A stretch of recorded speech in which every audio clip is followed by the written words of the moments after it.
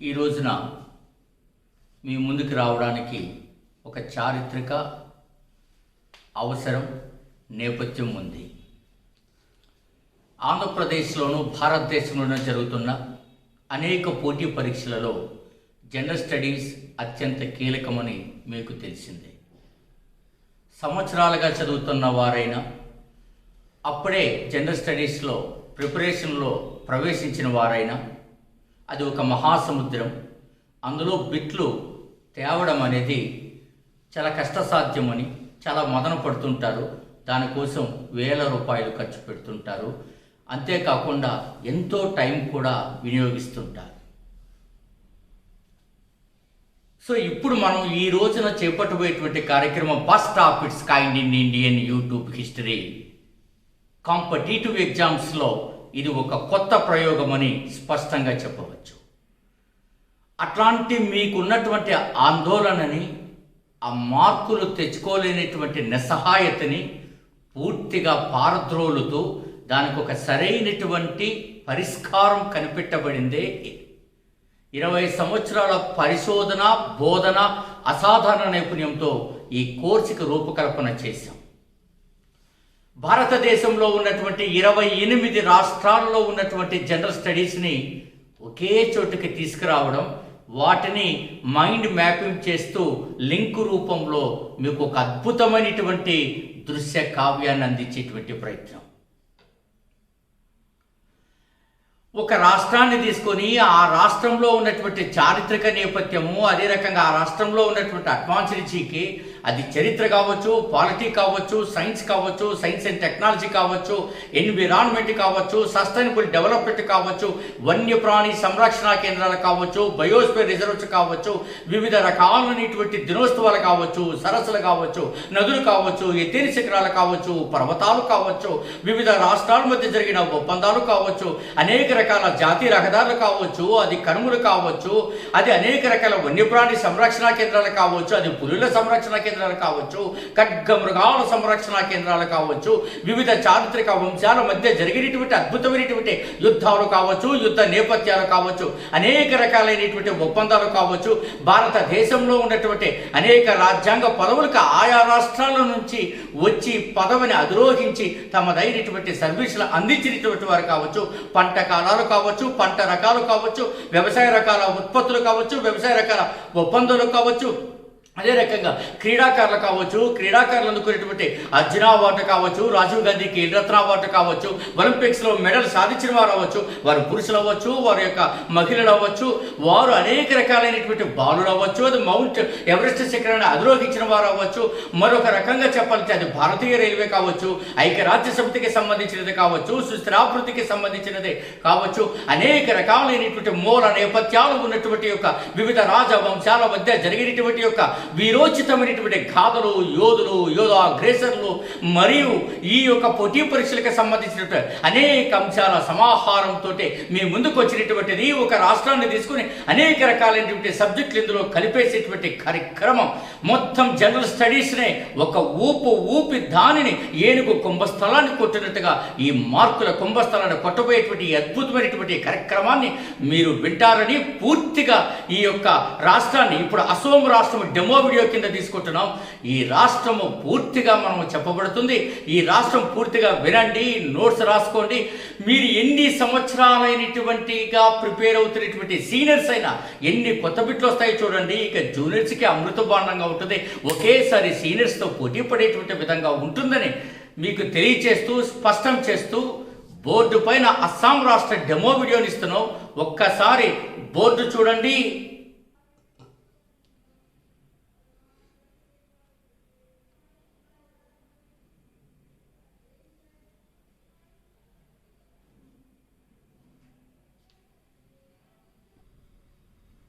Board చూశారు కదా.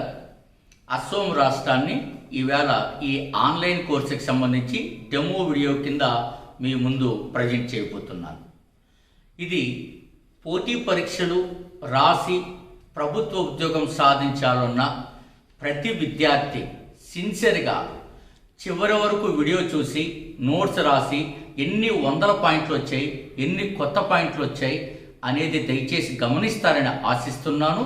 So అంతేకాకుండా ఈ 28 రాష్ట్రాల మొత్తం జనరల్ స్టడీస్ అంతా ఆన్లైన్ కోర్సుగా అందించబోతున్నాం.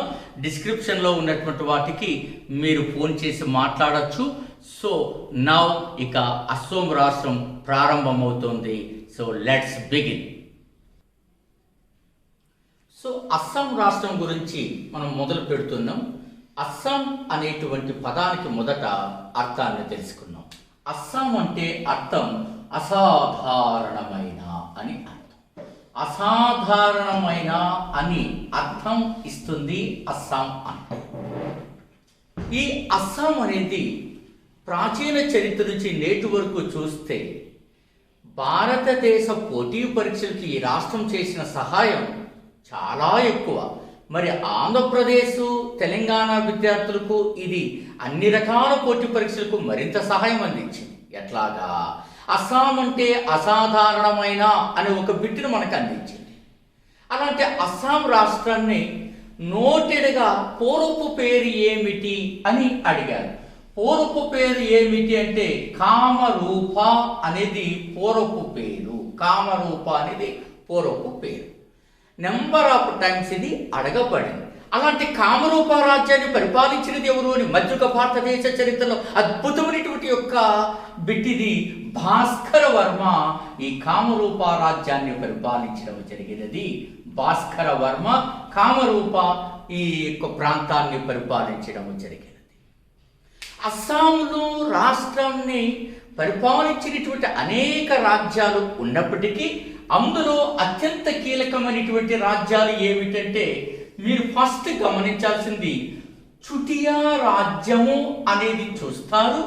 అలాగే అహోములు అనేటువంటి వాటిని చూస్తారు. కచారీ రాజ్యము అనేటువంటిది చూస్తారు. అటు తర్వాత ఆంగ్లేయులు ఈ అస్సాంలోకి ప్రవేశించడము జరిగినది. ఈ అహోం అండ్ కచారీ పైన గతంలో గ్రూప్స్కి ఇచ్చారు. పోలీస్ ఎగ్జామ్స్కి ఎస్ఐ కానిస్టేబుల్ కూడా ఇచ్చారు. ఇది ఆర్ఆర్బి ఎగ్జామ్స్కి ఇచ్చి ఉన్నారు. కామరూప ప్రాంతాన్ని పరిపాలించింది ఎవరు. అందుకని అన్ని రకాలైనటువంటి అంశాలు ఇక్కడ చర్చించడము జరుగుతోంది. సో మనం చుటియా రాజ్యాన్ని మీరు కానీ చూసినట్టయితే చుటియా రాజ్యాన్ని మనకు బిర్పాల్ పరిపాలించడం జరిగినది. సో చుటియా రాజ్యాన్ని పరిపాలించింది ఎవరు, ఆ రాజ్యాన్ని స్థాపించింది ఎవరు అంటే బిర్పాల్ పరిపాలించాడు. సో స్వర్ణగిరిని రాజధానిగా చేసుకుని పరిపాలించాడు. అటు తర్వాత స్వర్ణగిరి రాజధాని నుంచి సదియా అనేటువంటి ప్రాంతానికి రాజధాని మార్చడం జరిగినది. కాబట్టి స్వర్ణగిరి తొలి రాజధాని, సదియా రెండవ రాజధాని అని అంటారు. ఇక్కడ వరకు మనకి ఎనఫ్. కానీ అహోముల గురించి నువ్వు గట్టిగా చదువుకోవాల్సిందే. 13వ శతాబ్దంలో బర్మా నుంచి అసోంలోకి అడుగుపెట్టిన అహోములు 700 సంవత్సరాలకు పైగా అస్సాంని దిగ్విజయంగా మహోన్నతంగా పరిపాలించి ఈశాన్య భారతదేశ చరిత్రకు కొత్త వెలుగులొద్దారు అని అంటారు. అట్లాంటి అహోం రాజ్యాన్ని చరిత్రకారులు మరొక డిస్క్రిప్షన్ కూడా ఇస్తారు. ఈశాన్య భారతదేశానికి అహోములు ఎలాగో దక్షిణ భారతదేశంలో చోళులు అలాగా అని అంటారు. దక్షిణ భారతదేశ చరిత్రలో చోళులు కూడా దాదాపు 700 సంవత్సరాలు పరిపాలించి దిగ్విజయంగా దక్షిణ భారతదేశ మహోన్నత చరిత్రను సుసంపన్నము చేసినటువంటి యొక్క చోళులు ఎలాగో ఈశాన్య భారతదేశ చరిత్రలో అహోములు కూడా అదే విధంగా ఈ యొక్క ఈశాన్య భారతదేశ చరిత్రకు సుసంపన్నము చేశారు. సొగసులు అద్దారు. మొఘలులతో పోరాడి విరోచితమైన మొఘలుల సైన్యాన్ని అత్యంత భీకరంగా ఎదుర్కొని సమర్థవంతంగా ఓడించి బ్రహ్మపుత్ర, మానస నదుల మధ్య వారి శవాలను పడేసినటువంటి ఘనత ఎవరిది అంటే అది అహోం రాజ్యముదే అని చెప్పక తప్పదు. అటువంటి మహోన్నతమైన శక్తివంతమైన సర్వసాధారణమైనటువంటి యొక్క అతి గొప్ప సామ్రాజ్యం గురించి ఇప్పుడు మీకు టూకీగా పరీక్షల కోణంలో చెప్పబోతున్నాను. అహోం రాజ్యము అన్నారు. అహోంలో అనేటువంటి వాళ్ళు 13వ శతాబ్దంలో బర్మా నుంచి ఈ యొక్క అసోములోకి అడుగు పెట్టారంటారు. ఇటువంటి అహోములు శక్తివంతంగా పరిపాలించారు అస్సాం ప్రాంతాన్ని. ఈ అహోముల పైన దాడి చేయడానికి మొఘలులు సిద్ధపడ్డారు. ముఖ్యంగా మొఘల చక్రవర్తి అంటే తొలి మొఘలులో చివరి చక్రవర్తి ఔరంగజేబ్ అహోములతో యుద్ధానికి సిద్ధపడ్డాడు. కానీ ఘోర పరాభవాన్ని చవి చూడాల్సి వచ్చింది. సో అందులో మనం కానీ చూస్తే అత్యంత ప్రముఖమైనటువంటి యుద్ధాలు మనం ఇక్కడ చూడబోతున్నాం. అట్లాంటి యుద్ధాలు ఏమిటన్నది ఇప్పుడు మీరు చూస్తారు. సో సరాయి ఘాట్ యుద్ధము 1671. ఈ యుద్ధం అకోములు వర్సెస్ మొఘల్స్ మధ్య జరిగినది. ఔరంగజేబ్ సైనికాధికారైన రామ్ సింగ్ వన్ మొఘల్ సైన్యాన్ని నడిపించడం జరిగినది. అత్యంత ఘోర పరాభవాన్ని మొఘలులు ఎదుర్కొన్నారు. బ్రహ్మపుత్ర నది ఒడ్డున జరిగినటువంటి ఈ యొక్క సరాయ్ ఘాట్ యుద్ధంలో అకోములు దిగ్విజయ పతాకాన్ని ఎగరవేసి తమ గౌరవ మర్యాదలకు సమున్నతమైనటువంటి యొక్క స్థానాన్ని కల్పించుకున్నారు తమకు తామే. ఆ తర్వాత యుద్ధం మీరు కానీ చూస్తే ఇటాకులి యుద్ధము అన్నారు. సో ఇటాకులి యుద్ధము అనేది మొఘలులకు మరియు అకోములకు మధ్య జరిగినది. ఇటాకులి యుద్ధము గురించి గతంలో అనేక ఎగ్జామ్స్లో అడిగారు. 1682లో ఇటాకులి యుద్ధం అనేది జరిగినది. మానస్ పశ్చిమ ప్రాంతానికి, అంటే మానస్ నది పశ్చిమ ప్రాంతానికి మొఘలు సైన్యాలను తరిమివేశారు అకోములు. మొఘలుల అత్యంత దారుణ ప్రభావాన్ని వాళ్ళు ఎదుర్కొన్నారు.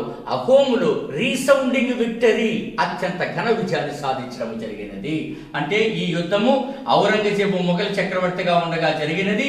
మొఘల్స్ ఓడిపోయారు.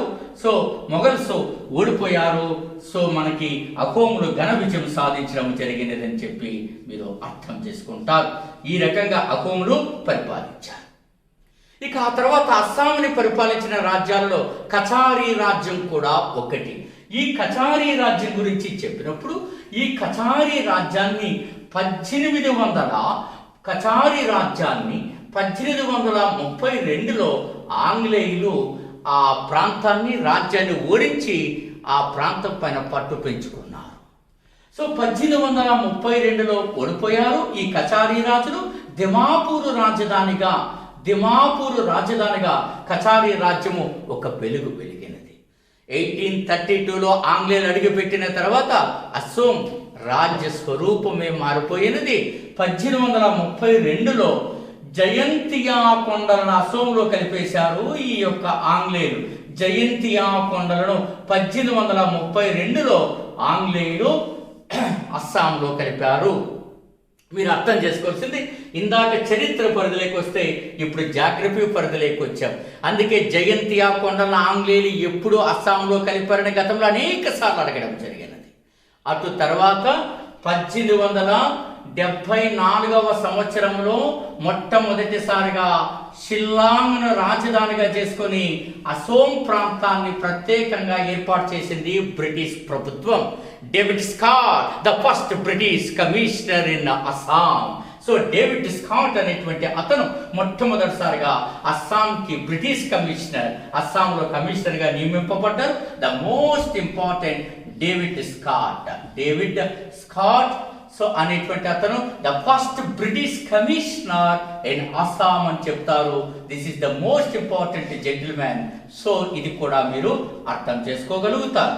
ఇది రైల్వేలకి అట్లాంటికి ఎక్కువ అడుగుతూ ఉంటాడు. ఇది వాళ్ళకి ఇచ్చే జిఎస్ గ్రూప్స్ వాళ్ళు కూడా రాయలేరు, అక్కడక్కడ బిట్టు తెస్తూ ఉంటారు.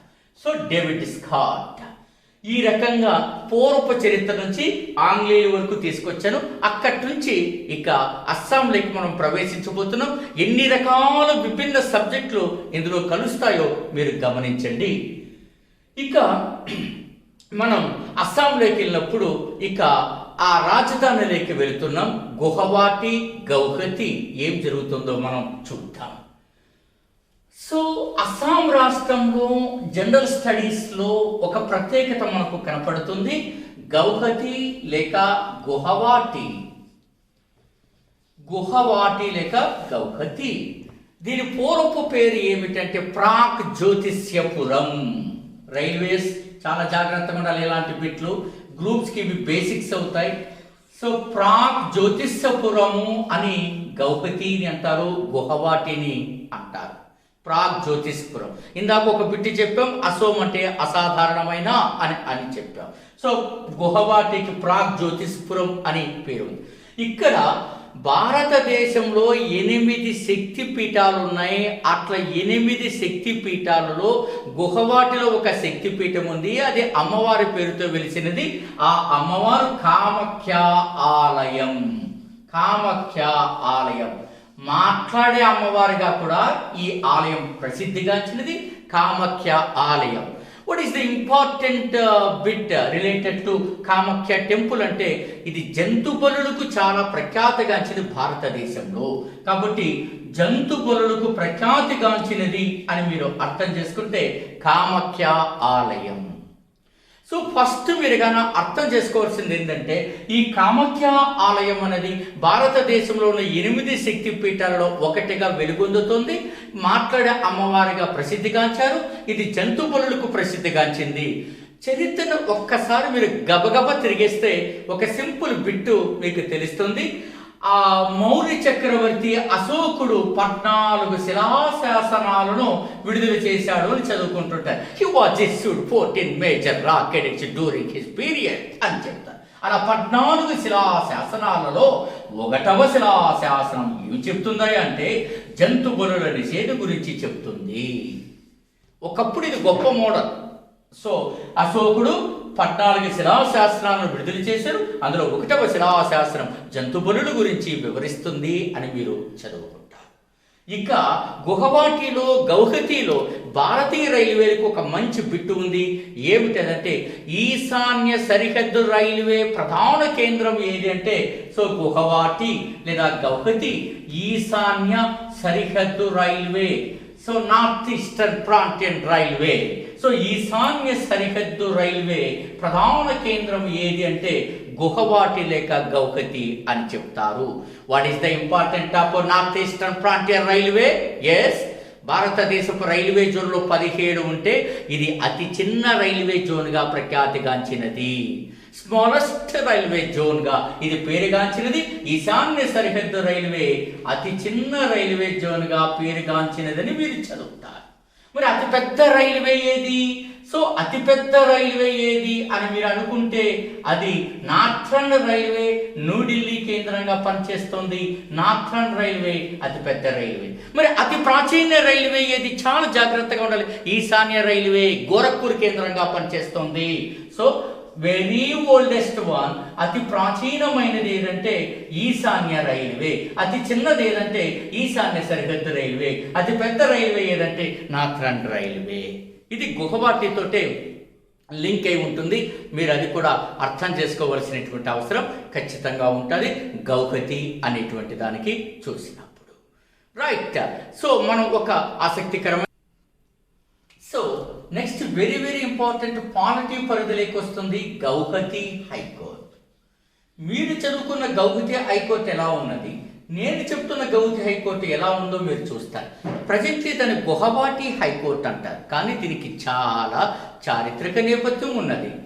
బ్రిటిష్ వారు మన భారతదేశాన్ని వదిలి వెళ్ళిన తర్వాత ఈశాన్య ప్రాంతాలకు సంబంధించి న్యాయ వ్యవస్థకి సంబంధించి న్యాయ కోవిదుల మధ్య అనేక చర్చలు జరిగాయి. ఆ చర్చల ఫలితంగా 1947వ సంవత్సరం సెప్టెంబర్ 9వ తారీఖున గౌహతి హైకోర్టును ఏర్పాటు చేయడం జరిగినది. బట్ ఇది 1948వ సంవత్సరం ఏప్రిల్ 5వ తారీఖున ఇది అమలులోకి వచ్చినది. అంటే ఆ రోజు నుండి పని చేయడం ప్రారంభించినది. పోటీ పరీక్షలలో ఇట్లా 2 సంవత్సరాలు కానీ 2 తేదీలు కానీ వచ్చినప్పుడు ఎప్పటి నుంచి అది ఎఫెక్ట్ అయింది అనేది ఖచ్చితంగా అడుగుతారో అది ఒక ట్రెండ్. సో ఇలా పాలిటీలో మనం కానీ చూస్తే గౌహతి హైకోర్టు గురించి అనేక బిట్లు గ్రూప్స్ వాళ్ళకు కూడా అడిగాడు. ఎందుకంటే ఆ స్థాయి ఇన్ఫర్మేషన్ ఇక్కడ ఉన్నది. ఎట్లా 1948 ఏప్రిల్ 5న సో హెచ్జే కానియా సో ఈ హైకోర్టును ప్రారంభించడం జరిగినది. హెచ్జే కానియా ఎవరో తెలుసు కదా. హెచ్జే కానియా సుప్రీం కోర్ట్ ప్రధాన న్యాయమూర్తి. HJ కానియా Harilal J కానియా was the first chief justice of supreme court అని చెప్తారు గౌహతి హైకోర్టు. బట్ ఇక్కడితో కథ అయిపోలేదు. ఈ గౌహతి హైకోర్టు అనేది ఏ రాష్ట్రాలకు కూడా తన సేవలు అందిస్తుంది. శాశ్వత పర్మనెంట్ సీట్ ఎక్కడ? గౌహతిలో ఉంది. కానీ బెంచ్లు ఇంకా ఎక్కడెక్కడ ఏర్పాటు చేశారు? NAM NAM. N అంటే నాగాలాండ్, ఏ అంటే అరుణాచల్ ప్రదేశ్, మీ అంటే మిజోరాం. సో ఇక్కడ మీరు అర్థం చేసుకోవాల్సినది ఏమిటంటే M దగ్గరే మీరు జాగ్రత్తగా ఉండాలి. ఎందుకంటే మనకు మణిపూర్ మేఘాలయ ఉంది కాబట్టి మీరు జాగ్రత్తగా ఉండాలి. ఇక్కడ అడగడం జరిగింది గౌహతి హైకోర్టు పరిధిలోకి రాని రాష్ట్రం ఏది అని కూడా అడగడం జరిగినది. అంతకంటే బాగా డెప్త్గా ఏంటంటే ఈ హైకోర్టుని ఎట్లా ఏర్పాటు చేశారు, ఇది భారత పార్లమెంటు చట్టమా లేదా హైకోర్టుల చట్టమా లేదా కౌన్సిల్ యాక్టా ఎట్లా అంటే అవేవి కాదండి. 1935 భారత ప్రభుత్వ చట్టం. So 1935 government of India act భారత ప్రభుత్వ చట్టం సెక్షన్ 229 సబ్ క్లాస్ 1 ప్రకారము ఈ హైకోర్టుని ఏర్పాటు చేయడం జరిగినది. సో ఇక్కడ బిట్ ఉంటుంది. గ్రూప్స్ వాళ్ళకి అయితే ఇట్లా చదవాలా, మిగిలిన ఎగ్జామ్స్ వాళ్ళకి అయితే ఇది సరిపోతుంది. సో 1935 భారత ప్రభుత్వ చట్టం సెక్షన్ 229(1) ప్రకారము గౌహతి హైకోర్టును ఏర్పాటు చేయడం జరిగింది. It was formed on September 9th of 1947. సో ఇది ఎఫెక్ట్ ఎప్పుడైందంటే on April 5th of 1948. It was inaugurated by H.J. Kania. And now come to the point. ఇవి ఇక్కడ బెంచ్లు ఏర్పాటు చేశారు. నాగాలాండ్, అరుణాచల్ ప్రదేశ్, మిజోరాం. నాగాలాండ్ కోహిమాలో ఏర్పాటు చేశారు, అరుణాచల్ ప్రదేశ్ ఇటానగర్లో ఏర్పాటు చేశారు, మిజోరాం ఐజ్వాల్లో ఏర్పాటు చేయడం జరిగినది. ఇప్పుడు గౌహతి హైకోర్టు ఎన్ని రాష్ట్రాలకు తన సేవలు అందిస్తుందంటే 3 రాష్ట్రాలు కాదండి. మీ ఆన్సర్ 4 రాష్ట్రాలకి ఇవ్వాల్సి వస్తుంది. That is the most important fundamental thing in the case of Indian polity regarding the topic of high court. That's all. Next topic లో మనం ఇక్కడ కానీ చూస్తే చాలా ఆశ్చర్యకరమైనటువంటి విశేషాలు మీరు చూస్తారు. మీకు తెలిసిన దాని నుంచి కొత్త బిట్లోకి వెళ్దాం. అదే డిగ్ బాయ్.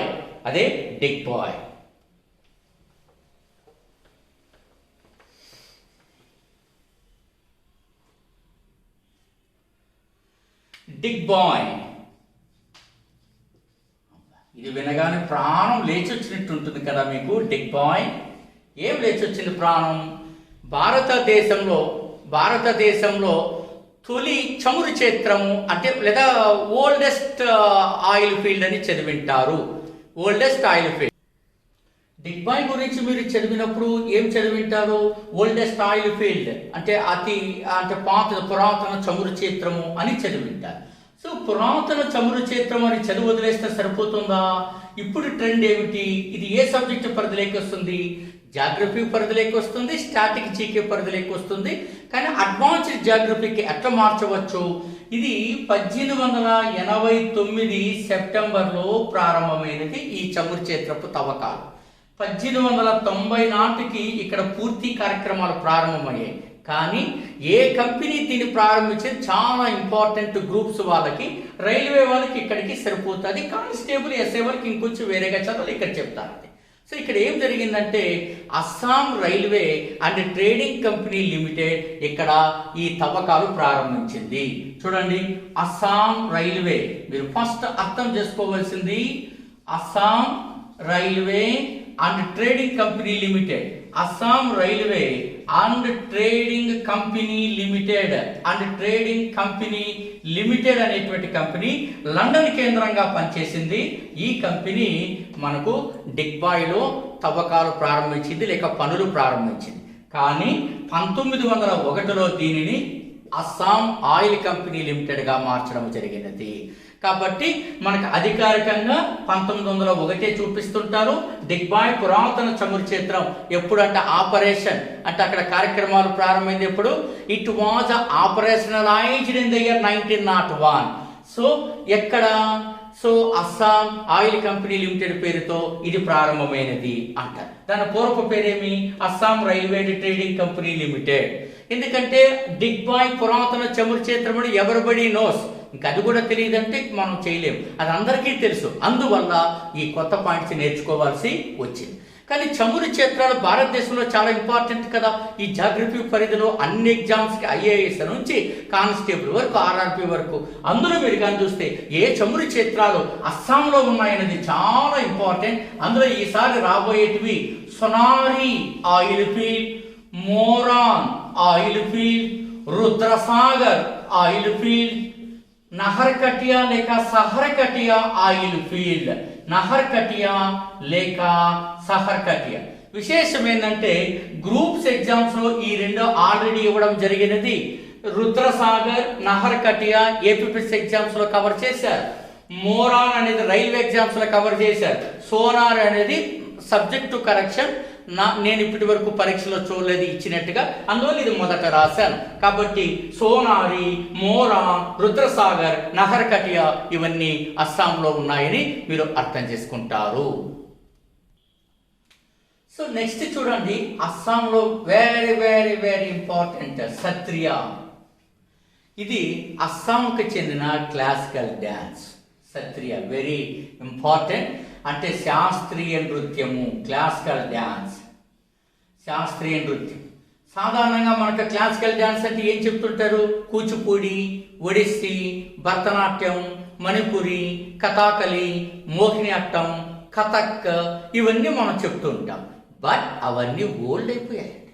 ఇంకా పట్టుకొని వేలాడామనుకోండి మనకు పరాజయం తప్పదు.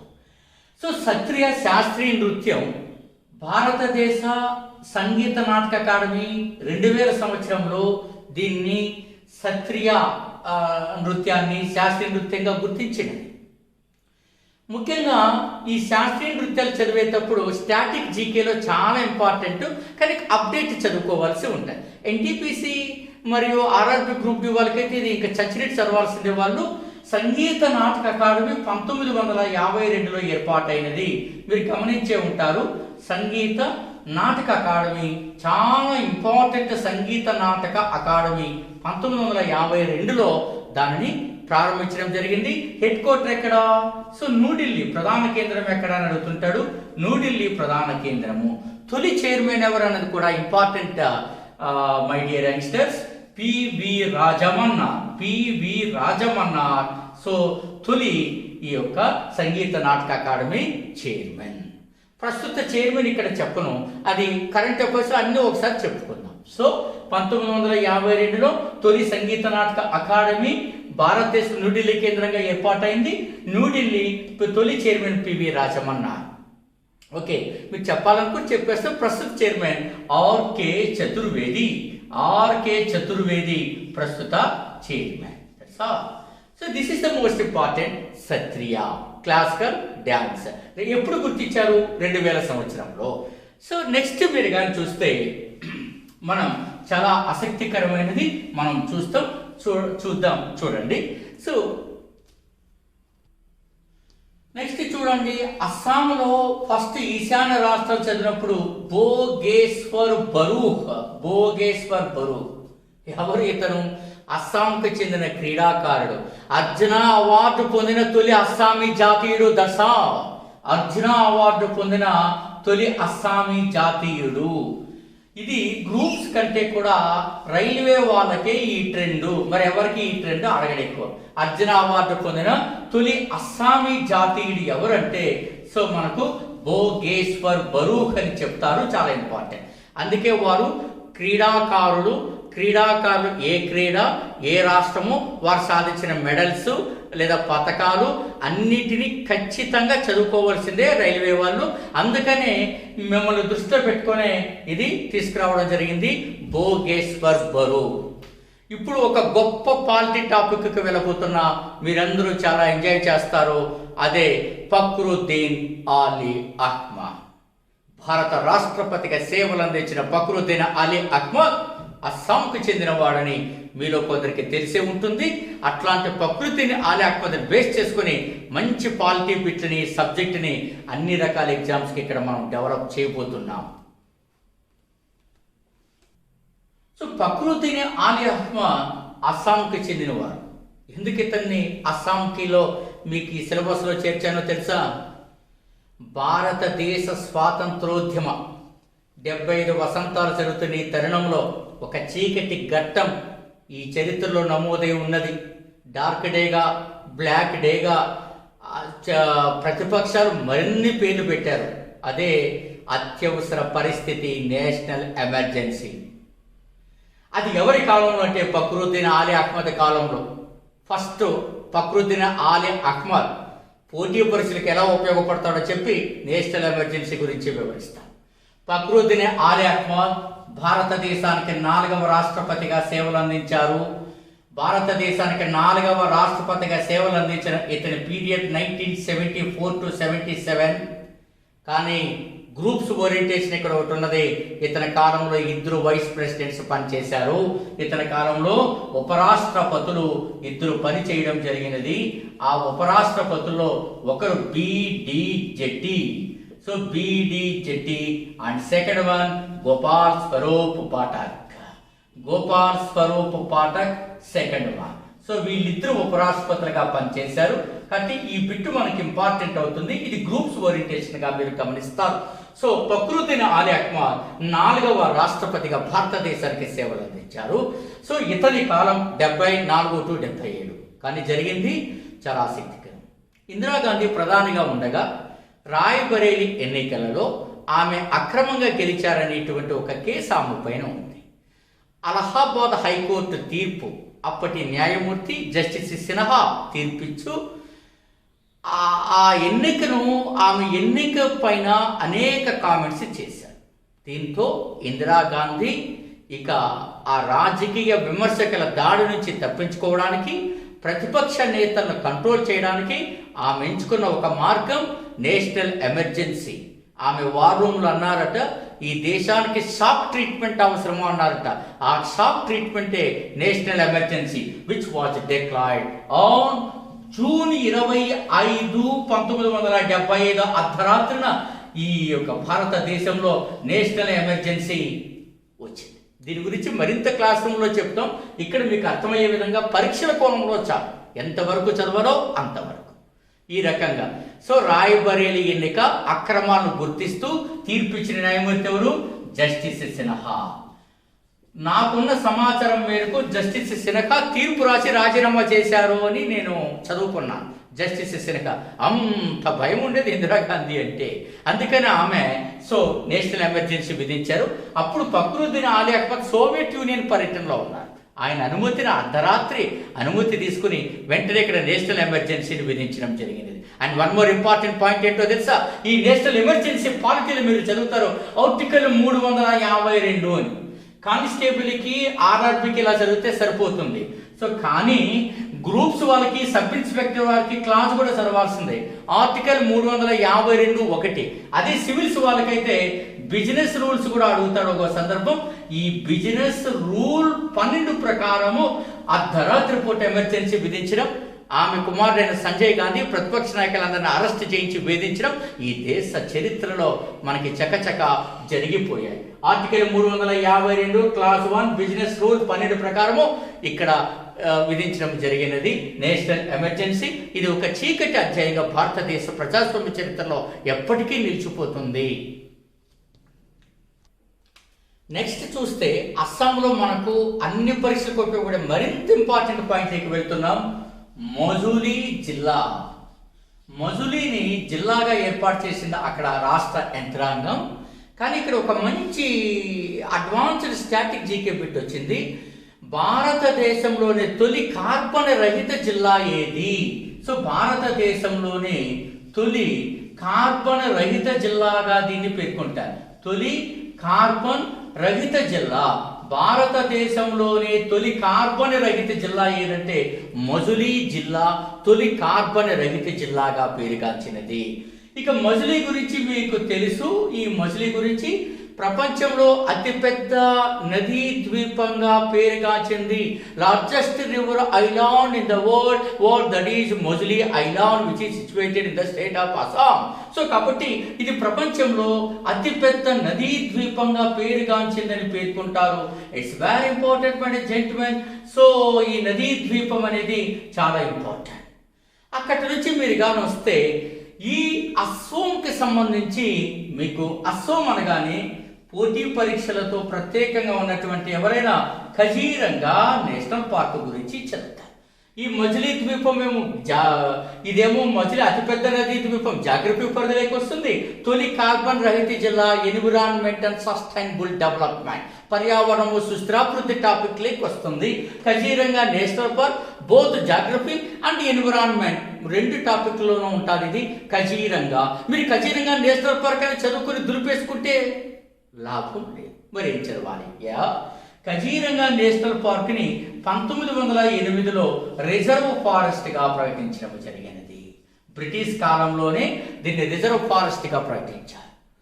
ఆ తర్వాత భారతదేశానికి స్వాతంత్రం రావడము, జాతీయ పార్కులు ఏర్పాటు చేయడము చకచక జరిగిపోయి 1985వ సంవత్సరంలో దీనికి యునెస్కో గుర్తింపు రావడం మనకందరికీ సంతోషపెట్టాం.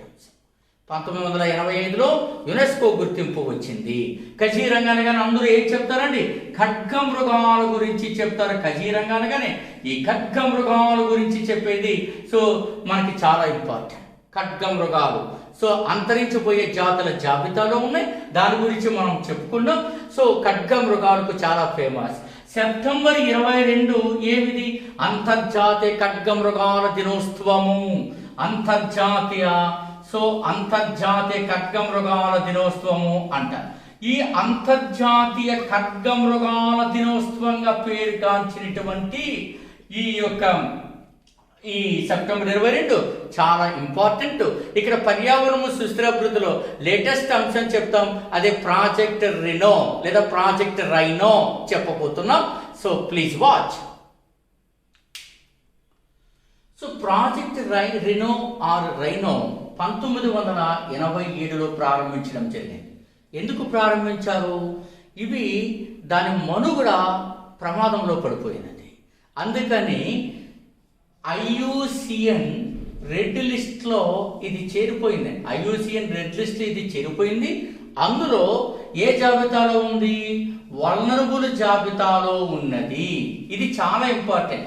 అంటే వల్నరబుల్ అంటే దుర్బల స్థితిలో ఉన్న జాతులు. వల్నరబుల్ అంటే దుర్బల స్థితిలో ఉన్నటువంటి జాతులు. దుర్బల స్థితిలో ఉన్న జాతులు అంటారు వల్నరబుల్. ఇది వన్యప్రాణి సంరక్షణ చట్టం 1972 షెడ్యూల్ 1లో ఈ రినోను చేర్చడం జరిగినది. ఇది గ్రూప్స్ ట్రెండ్ అండి. ఇది గ్రూప్స్ ట్రెండ్. ఇవన్నీ నార్మల్ చిన్న ఎగ్జామ్స్కి ఇక్కడ తాగిపోవచ్చు. సో వల్నరబుల్ దుర్బల స్థితిలో ఉన్నది. వన్యప్రాణి సంరక్షణ చట్టం 1972 షెడ్యూల్ 1లో దీన్ని చేర్చడం జరిగినది అని అంటారు. దీనికి లేటెస్ట్ కరెంట్ అఫైర్స్ చాలా వచ్చాయి. అట్లాంటివన్నింటినీ మనం ఇప్పుడు చూడబోతున్నాం. సో ఆ చూడబోయే ముందు ఒక ముఖ్యమైన చూడండి. ఇండియన్ రైనో విజన్ 2020 ఉన్నది. వాటి గురించి ఇప్పుడు చూస్తారు. Indian rhino vision 2020. It's very important dear youngsters. Indian rhino vision so 2020. దీని అర్థం ఏంటంటే ఇది 2020లో ప్రారంభమైంది కాదు. 2020 నాటికి సాధించాల్సిన అంశాలను ఇందులో చెప్పారు. ఈ విజన్ 2005లో ప్రారంభమైనది. ఏమిటి దాని అర్థం అంటే 2020 నాటికి అస్సాంలో ఉన్న 7 రక్షిత ప్రాంతాలలో ఖడ్గమృగాల సంఖ్యను ప్రత్యేకించి ఒంటి కొమ్ము ఖడ్గమృగాలు వన్ హార్న్ రినోసార్స్ సంఖ్యను కనీసం 3000కు పెంచాలి అన్నది ఇండియన్ రైనో విజన్ 2020 యొక్క ముఖ్యమైనటువంటి ఉద్దేశం. ఓకేనా?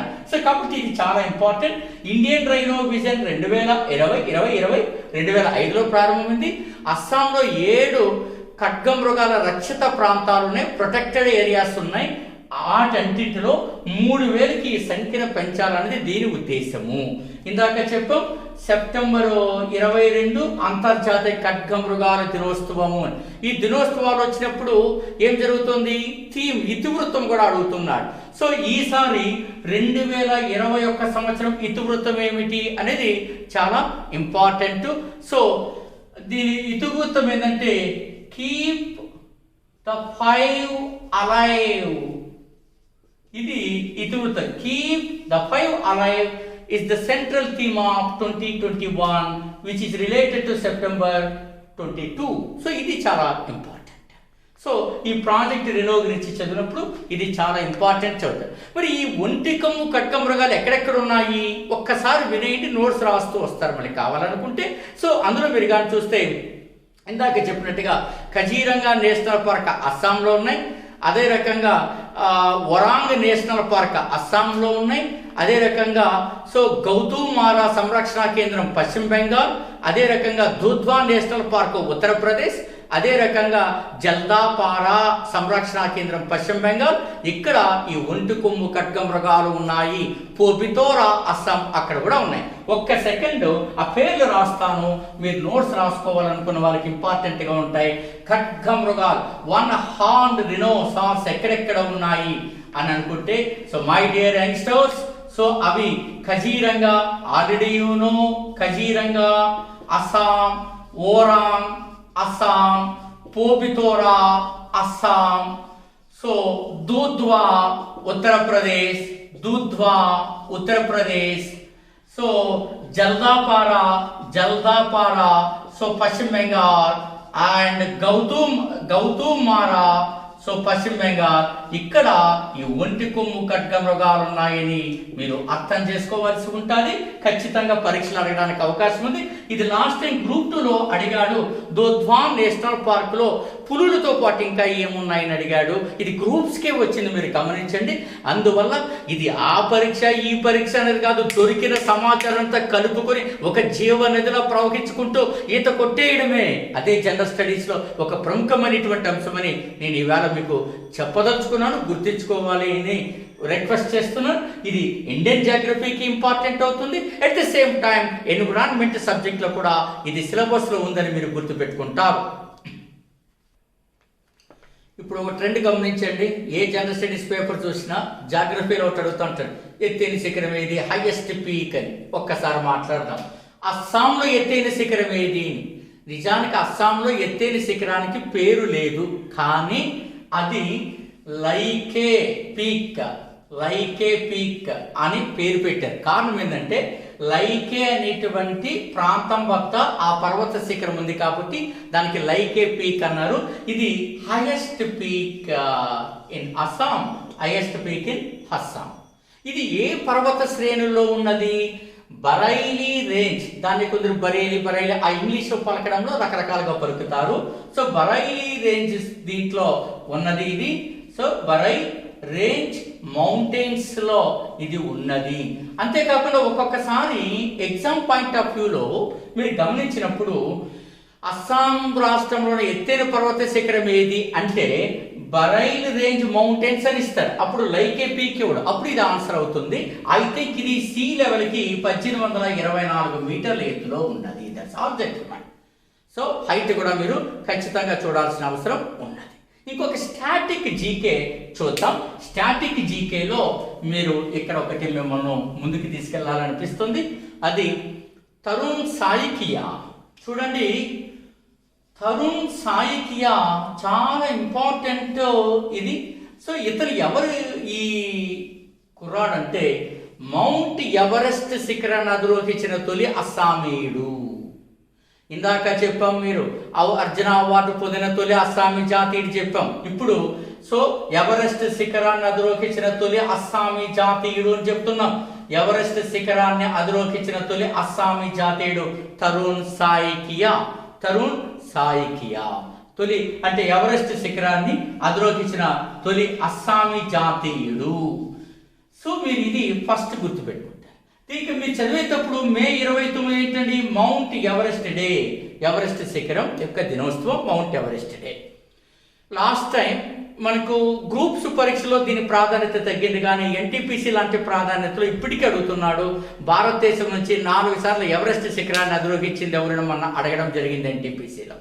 జనరల్గా అయితే ముందు చెప్పేవాళ్ళు ఎవరెస్ట్ శిఖరాన్ని అధిరోహించిన తొలివాడు ఎవరు, తొలి మహిళ ఎవరు, తొలి ప్రపంచ మహిళ ఎవరు, తొలి భారతీయ మహిళ ఎవరు, 2 సార్లు అధిరోహించిన మహిళ ఎవరు, అదే రకంగా ఆక్సిజన్ లేకుండా అధిరోహించింది ఎవరు, కృత్రిమ కాలుతో అధిరోహించింది ఎవరు, అతి పెద్ద వయసు వాడెవరు, అతి చిన్న వయసు వాడెవరు, ఈ సోదంతా చదవాల్సి వచ్చేదండి. ఇప్పుడు ఆ దరిద్రం పోయింది, ఒక నమస్కారం.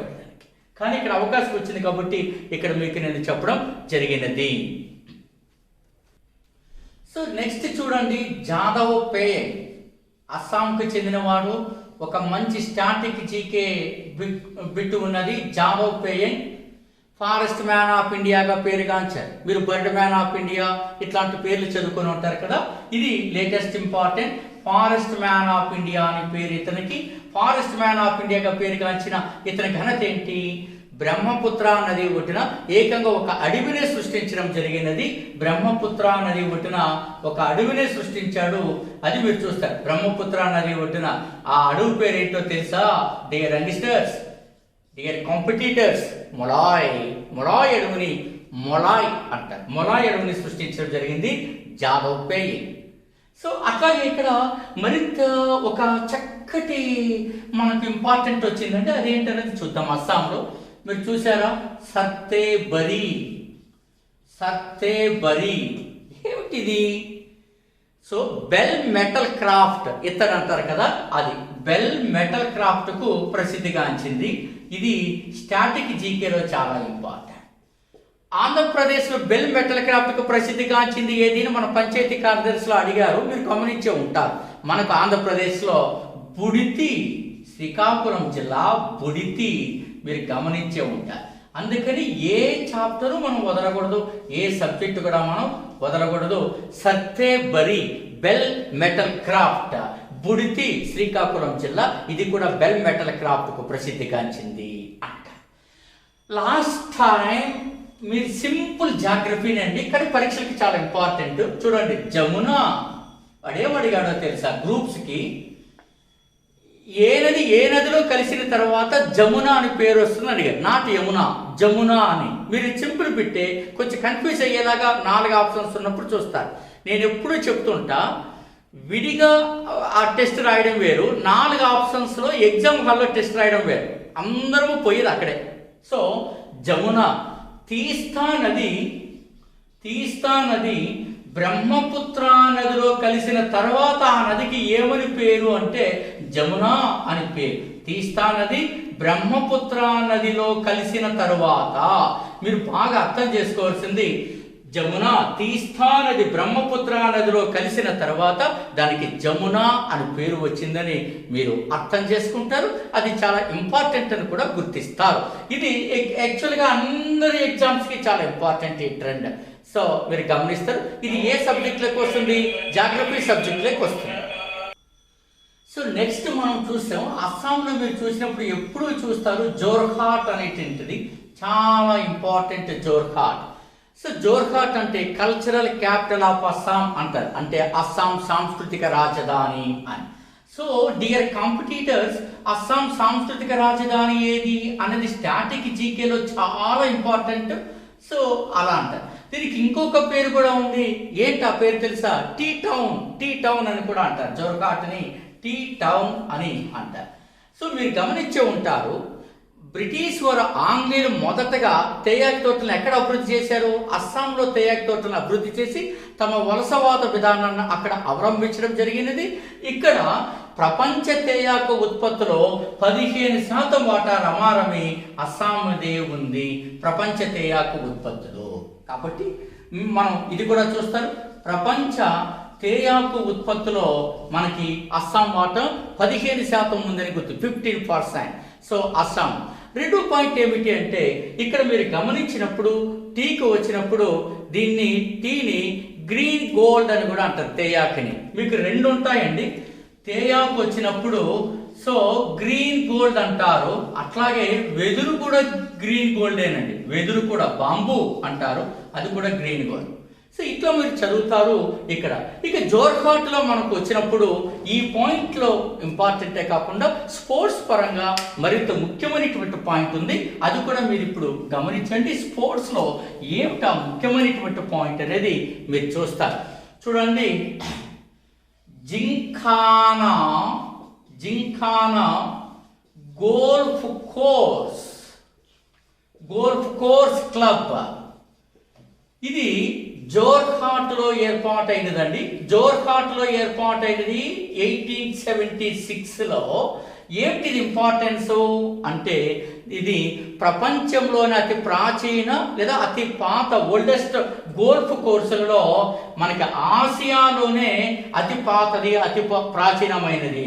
అంటే ఆసియా ఖండంలోనే అతి ప్రాచీనమైన సో ఓల్డెస్ట్ వన్ గోల్ఫ్ కోర్సుగా చెప్తారు, ప్రపంచంలో అయితే మూడవదని చదువుతారు.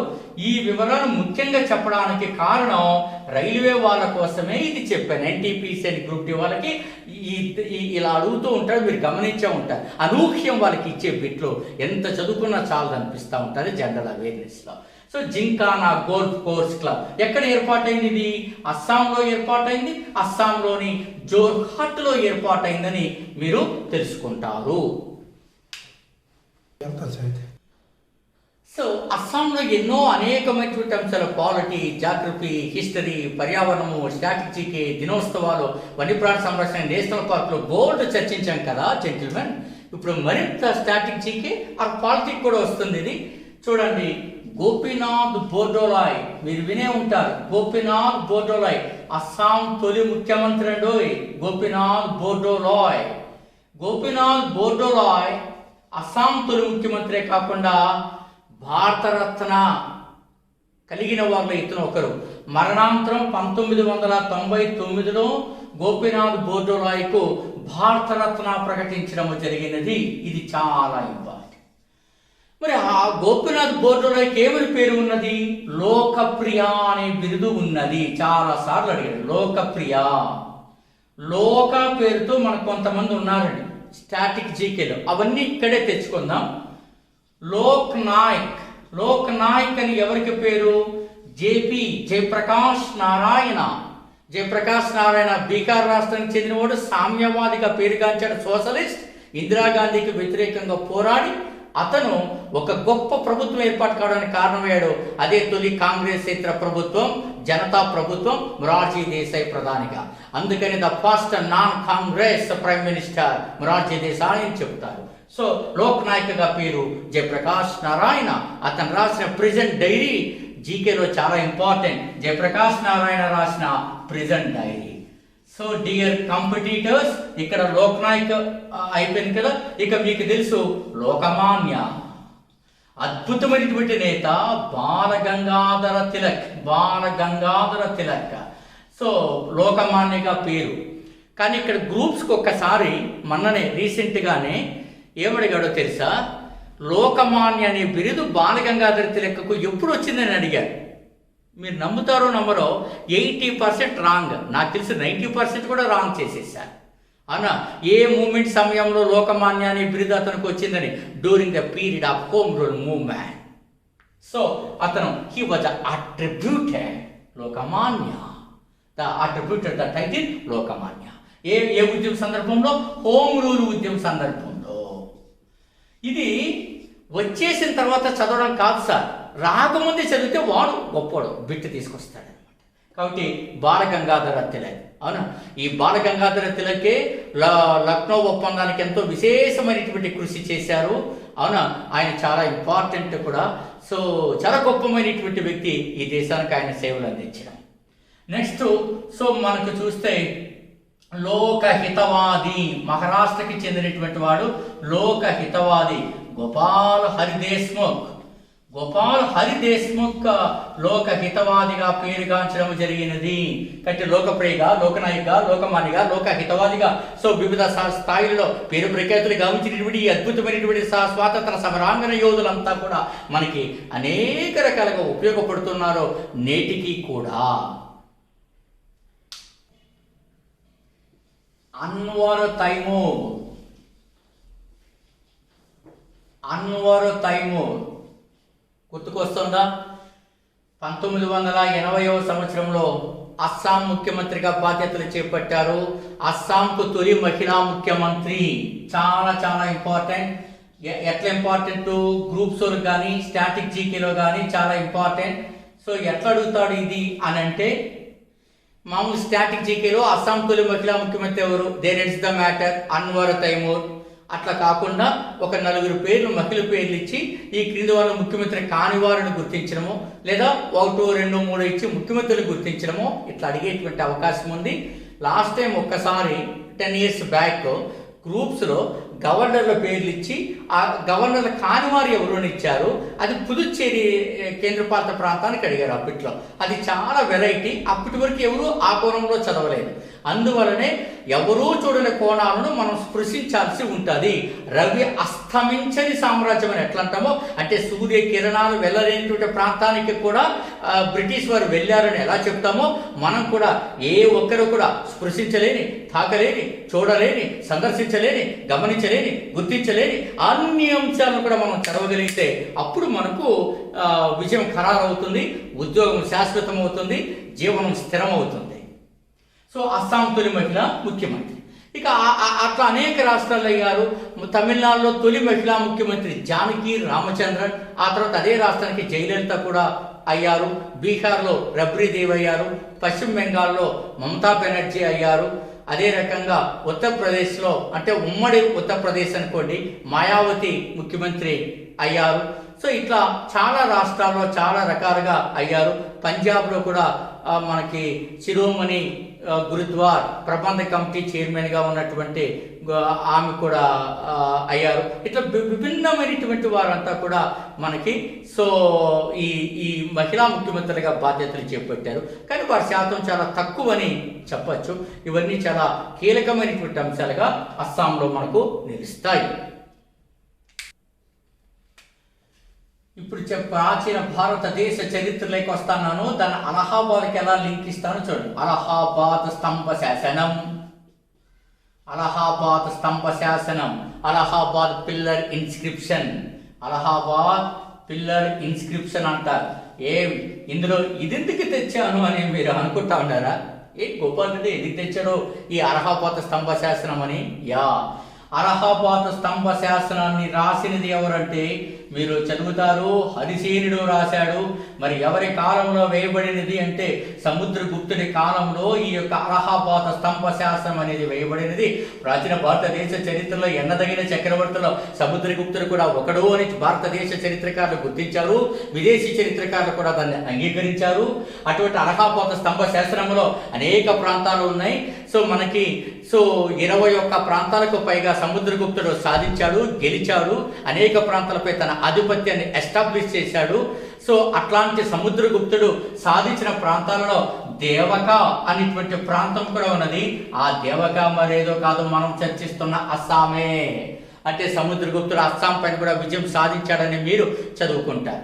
ఇది గ్రూప్స్ ఓరియంటేషన్లో చాలా ఇంపార్టెంట్, సబ్ ఇన్స్పెక్టర్ వాళ్ళకి ఇంపార్టెంట్. సో దేవక అనేది మనకు అలహాబాద్ స్తంభ శాస్త్రంలో ఏది చూపిస్తాదంటే సముద్రగుప్తుడు. ప్రాచీన భారతదేశ చరిత్రలో ఆఫ్టర్ అశోకుడి తర్వాత ఘనమైన మహోన్నత యోధాగ్రేసమైనటువంటి బలపరాక్రమ చక్రవర్తిగా పేరుగాచినటువంటి ఈ సముద్రగుప్తుడికి ఏమని బిరుదులు ఉన్నాయని మీరు చదువుతూనే ఉంటారు. సముద్రగుప్తుడికి ఉన్నటువంటి బిరుదు అన్ని ఎగ్జామ్స్కి చాలా ఇంపార్టెంట్. ఇండియన్ నెపోలియన్ అన్నారు అని మీరు చదువుతారు. ఇండియన్ నెపోలియన్ అని అన్నవాడు ఎవరు అని చదువుతూ ఉంటారు. విఏ స్మిత్ అనేటువంటి వాడు ఇండియన్ నెపోలియన్ అని సముద్రగుప్తుని అన్నాడు. ఇతనికి మరొక పేరు కూడా ఉన్నది, కవిరాజు అనేటువంటి బిరుదు ఉన్నది. కవిరాజు అనే బిరుదు కాకుండా మరొక పేరు కూడా ఉన్నది. ఎందుకంటే ఇతను అశ్వమేధ యోగి అంటారు. ప్రాచీన భారతదేశ చరిత్రలో అశ్వమేధ యోగిగా, కవిరాజుగా, ఇండియన్ నెపోలియన్గా తన స్థానాన్ని సుస్థిరం చేసుకునేటువంటి ఈ యొక్క సముద్రగుప్తుడు భారతదేశ యొక్క కీర్తి పతాకను ఎల్లడలా రెప్రపలాడించినటువంటి మహోన్నతమైనటువంటి రాజకీయ రాజదిగ్గజం ఈ యొక్క సముద్రగుప్తుడు. అటువంటి సముద్రగుప్తుడికి సంగీతంలో కూడా చక్కటి ప్రఖ్యాత ప్రావీణ్యం ఉన్నది. వీరను పలికించడంలో ఇతనికి సాటి మరెవరూ రారని అంటారు. సంగీతం అంటే పడనటువంటి మొఘలి చక్రవర్తి ఔరంగజేబు కూడా వీరను పలికించడంలో గొప్ప దిట్ట ఔరంగజేబు. మీరు వినే ఉంటారు, మొఘలి చక్రవర్తి ఔరంగజేబుకి సంగీతం అన్న చిత్రకళన అస్సలు పట్టదు.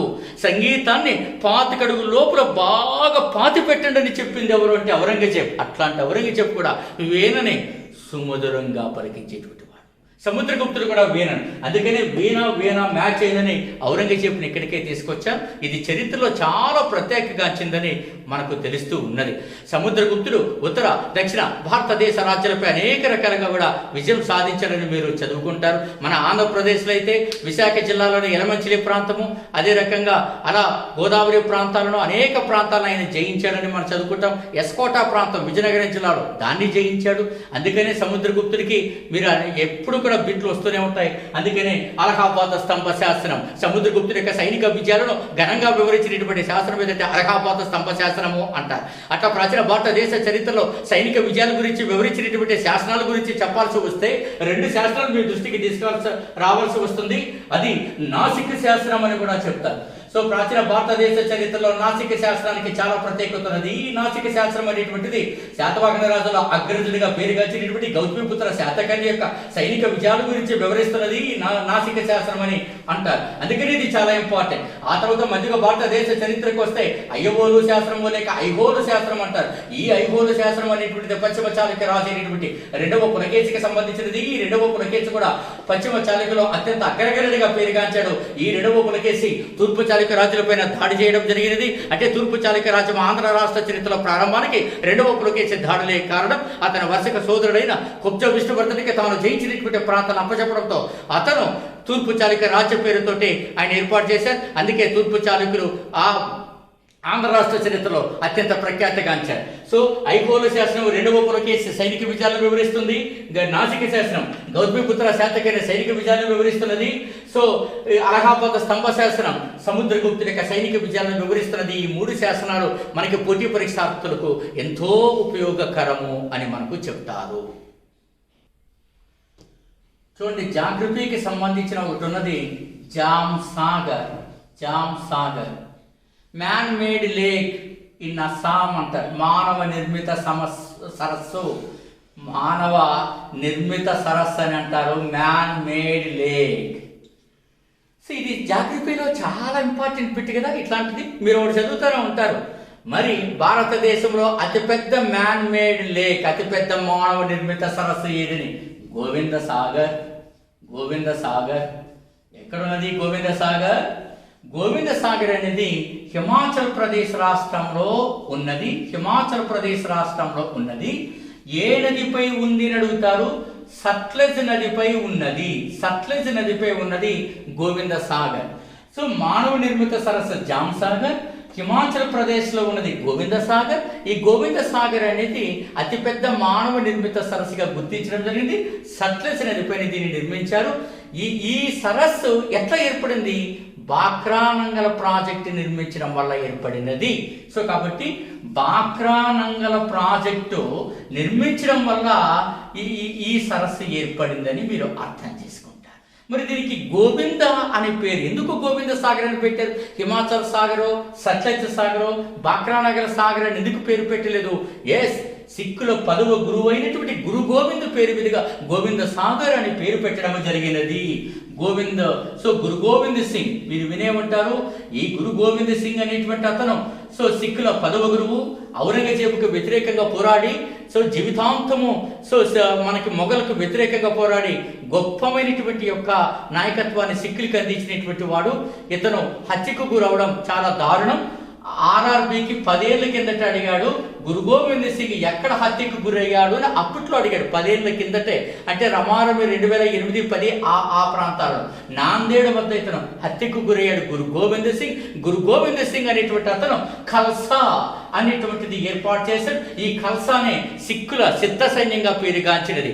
మధ్యగా భారతదేశ చరిత్రలో తొలిసారిగా సిద్ధ సైన్యాన్ని ఏర్పాటు చేసేది ఎవరంటే అలావుద్దీన్ ఖిల్జీ అంటారు. సిద్ధ సైన్యము అంటే స్టాండింగ్ ఆర్మీ. ఇట్లా సిద్ధ సైన్యాన్ని భారతదేశ చరిత్రలో ఏర్పాటు చేసినది అలావుద్దీన్ ఖిల్జీ అంటారు. 2వ అలెగ్జాండర్గా మధ్యయుగ చరిత్రలో పేరుగాంచాడు ఈ అలావుద్దీన్ ఖిల్జీ. అట్లా సిక్కుల్లో సిద్ధ సైన్యమే ఈ యొక్క ఖల్సా అంటారు. ఐ థింక్ నాకు గుర్తున్నంత వరకు 1691వ సంవత్సరంలో ఖల్సాని ఏర్పాటు చేశారు. ఈ సిద్ధ సైన్యాన్ని ఏర్పాటు చేశాడు గురు గోవింద్ సింగ్ అనేటువంటి అతను. ఈ గురు గోవింద్ సింగ్ మొఘలుల పైన, ముఖ్యంగా ఔరంగజేబు చక్రవర్తి పైన అత్యున్నతమైనటువంటి యొక్క సమర్థవంతమైనటువంటి యొక్క పోరాటాన్ని చేశాడు. వారికి సిక్కులకు నాయకత్వాన్ని అందించాడు, తన మద్దతును అందించాడు. అతని శిష్యుడు కూడా ఉన్నాడు. అతని పేరే బందా బహదూర్ అంటాడు. ఈ బందా బహదూర్ అతని శిష్యుడు. అందుకని గురు గోవింద్ సింగ్ మరణం తర్వాత ఎవరు ఈ యొక్క సిక్కు భావాలను, ఆలోచన సరళని ప్రచారం చేశారని పరీక్షలో చాలాసార్లు అడిగాడు బందా బహదూర్. గ్రూప్స్కి చాలా ఇంపార్టెంట్, ఎందుకంటే మొఘల్స్తో కూడా మనం ఆధునిక మొఘల్ చరిత్రలో మనకి వెళ్ళిపోతాం కాబట్టి. బందా బహదూర్ ఆది గ్రంథును మనకి సిక్కుల 11వ గురువుగా ప్రకటించి ఈ బందా బహదూర్ అనేటువంటి అతను మొఘల పైన వైరాన్ని ప్రకటించాడు. ఇతను కూడా మొఘల్ చక్రవర్తి ఫరూక్ షేర్ కాలంలో ఉరి తీయబడ్డాడు. బందా బహదూర్ అని చదువుతారు. మీకు చాలా ఇంపార్టెంట్ పాయింట్ బందా బహదూర్. ఓకే, సో ఇవి ఇట్లా చరిత్ర నుంచి ఇట్లా జాగ్రఫీ నుంచి చరిత్రలోకి మనం వెళ్ళాం. చాలా ఇంపార్టెంట్ అని కూడా మీరు అర్థం చేసుకుంటారు. చివరగా అస్సాంలోకి వచ్చాం. ఏ పోటీ పరీక్షలోనైనా wildlife sanctuaries, biosphere reserves, national parks చాలా ఇంపార్టెంట్. ఇవి ఒక మొత్తం ఒకేసారి చదవాలంటే ప్రతి ఒక్కరికి తల పట్టేస్తుంది, పుస్తకాన్ని విసిరి కొట్టాలనిపిస్తుంది. అంత విపరీత చరికి దిగే బదులు ఏ రాష్ట్రానికి ఆ రాష్ట్రం చదువుకొని హాయిగా సున్నితంగా ప్రవర్తించడం మంచిది. ఇప్పుడు అస్సాంలో ఉన్నవేంటో ఓ లుక్ వేసేయండి బోర్డు పైన. రాస్తాను ఓరాంగ్, దీనికి రాజీవ్ గాంధీ నేషనల్ పార్క్ అని పేరు. కర్ణాటకలో కూడా ఒక పార్క్ ఉంది, రాజీవ్ గాంధీ నేషనల్ పార్క్ అని. నమేరి, పోబితోరా, దిహంగ్ పతకాయ్. రాయడంలో పలకడంలో ఇంగ్లీష్కి కొంత తేడా ఉంటుంది. దాన్ని ఎవరో ఆశ్చర్యంగాను ఇతర భావాలతో చూడొద్దండి. దిహంగ్ పతకాయ్. డిబ్రూ సాయికోవా, ఇక మీకు అందరికీ తెలిసినది కాజీరంగా. మానస్, పులులకు ప్రఖ్యాతిగాంచిందని చదువుతారు. మానస్ పులులు, కజీరంగా ఖడ్గమృగాలు అని ఇందాక చెప్పాం. ఒరాంగ్ ఖడ్గమృగాలు. ఇవి అస్సాంలో ఉన్నటువంటి అంశాలు. డియర్ కాంపిటీటర్స్, డియర్ యంగ్స్టర్స్, నా ప్రయత్నాన్ని ఇప్పటి వరకు అసోం రాష్ట్రం పైన అన్ని సబ్జెక్టులను లింక్ చేస్తూ చెప్పడం మీరు చూశారు. First of it's kind in Indian competitive exams history. ఒక రాష్ట్రాన్ని తీసుకొని జనరల్ స్టడీస్ అంతటా ఒక చోటికి తీసుకురావాలన్న నా సంకల్పం. 20 సంవత్సరాల కిందటే ఈ విధానాన్ని ప్రారంభించి ఆంధ్రప్రదేశ్లో ఉత్తరాంధ్ర అభ్యర్థులకి ఈ సేవలు అందించాం. ఇప్పుడు తెలుగు విద్యార్థులకు అందరికీ ఈ సేవలు అందించాలన్న ఒక సత్సంకల్పంతో ఈ ప్రయత్నం చేశాను. పూర్తిగా డెమోని మీరు వినాలా, చూసిన తర్వాత 28 రాష్ట్రాలకు సంబంధించి ఇదే విధంగా అన్ని రకాల అప్ టు డేట్ ఇన్ఫర్మేషన్తో మీకు సమాచారం వస్తుంది. దీనివల్ల మీకు ఏం చదవాలో ఏం చదవకూడదు, ఎంతవరకు చదవాలో ఎంతవరకు చదివి వదిలేయాలో తెలుస్తాయి. అంతేకాకుండా దాదాపు 50% జనరల్ స్టడీస్ ఒక పట్టు వచ్చినట్టుగా భావించి ఆయా రకాల సబ్జెక్టులకు వెళ్ళి మీరు మరింత పరిశోధన చేయడానికి ఇది ఒక గొప్ప పునాదిగా ఉపయోగపడుతుందని ఆశిస్తున్నాను. సో దీన్ని మీకు నా ప్రయత్నం నచ్చితే అందరికీ షేర్ చేయండి. ఖచ్చితంగా ఒక లైక్ మాత్రం తప్పకుండా ఇవ్వాలి. ఇవ్వకపోతే దాన్ని అంటారే ఏమన్నారో నాకు తెలియదు. ఇక రెండో విశేషం, అందుకని మీ అందరికీ ఉపయోగపడాలనే ఉద్దేశంతో ఇది చాలా తక్కువ ఫీజునే పెట్టాం. డిస్క్రిప్షన్లో ఉంటుంది. ఆ తక్కువ ఫీజుని పే చేసుకొని రిజిస్టర్ చేసుకొని క్లాసెస్ కోసం వెయిట్ చేయండి. ఈ అద్భుతమైనటువంటి యొక్క కార్యక్రమాన్ని మనం సంపూర్ణంగా పూర్తి చేసుకుందాం. సో నమస్తే.